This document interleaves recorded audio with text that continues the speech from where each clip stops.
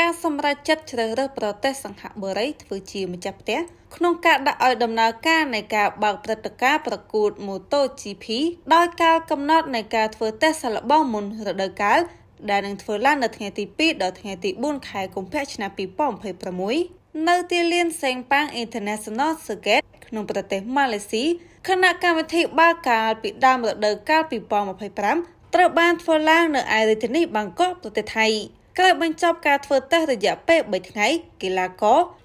ករនឹងត្រូវធ្វើដំណើរទៅកាន់ប្រទេសសង្ហបុរីរយៈពេល4ម៉ោងដោយកំណត់នៅថ្ងៃទី5ខែកុម្ភៈមុនពេលការបង្ហាញជាផ្លូវការនៅថ្ងៃបន្ទាប់ដោយឡែកសម្រាប់ទីកន្លែងនិងពេលវេលានៃការធ្វើតេស្ត Pre-season ជាលើកទី2នៅមិនទាន់ត្រូវបានសម្រេចជាផ្លូវការនោះទេខណៈជំរើសអាចនឹងត្រូវកំណត់ដោយការធ្វើដំណើរត្រង់ទៅកាន់ខេត្តប៊ូរីរ៉ាំ